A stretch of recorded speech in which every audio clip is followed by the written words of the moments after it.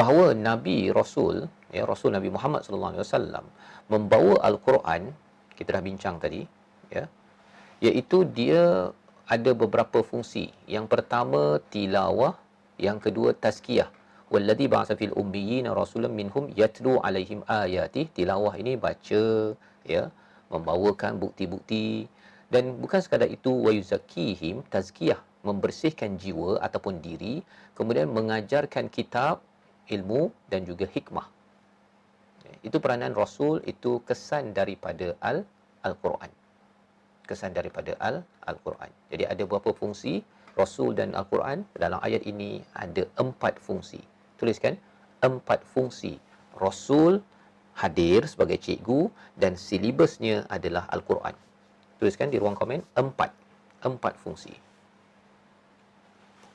Ya. Untuk kita faham bahawa sebenarnya diri kita ini, dia kalau tidak dibersihkan, dia kotor. Bila kotor, break akan jadi tak makan, maka dia akan banyak melakukan perkara-perkara yang kotor dalam kehidupan. Yang kita minta Allah bersihkan, dan salah satunya cara nak bersihkannya itu adalah dengan istighfar, ya. Istighfar.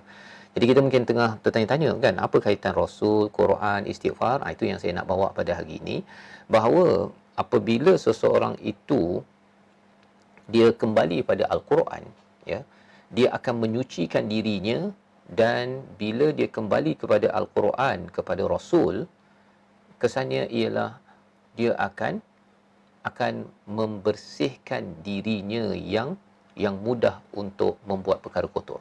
Kalau kita tengok diri kita ini, kenal diri, ya, tajuk kita kenal diri pada hari ini, paling kurang kita ada nafs itu, ya, ada namanya, kita bagi ada banyak, ada beberapa tahap, ya, diri, ya, kenal diri. Tapi ada diri yang paling teruk, namanya ammarah bisu, yang suka ajak kepada keburukan. Ini memang kotor betul lah ni, jiwa ni. Ya.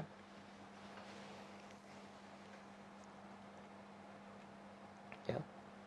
Hari ni kita kenal diri kita lah, ya. Biasanya kenal diri ni kena pakai tarikh lahir, ada orang pakai ni. Tapi dalam Quran, salah satu tentang diri ini, Allah cakap tadi bahawa ada ilham. Ilham itu dia akan membawa kepada amarah bisu, itu diri yang pertama. Tetapi ada juga yang lawamah, nafsul lawamah, yang saling sering menyalahkan. Apa maksud menyalahkan? Dia 50-50 lah, ataupun campur-campur. Kadang-kadang dia buat baik, kemudian dia buat jahat. Yang baik ni akan mencela kepada yang jahat. Dia kata, apa salah kau mengumpat, apa salah kau lambat bangun sembahyang, apa salah kau tak baca Quran, apa salah kau hina orang. Itu namanya lawamah.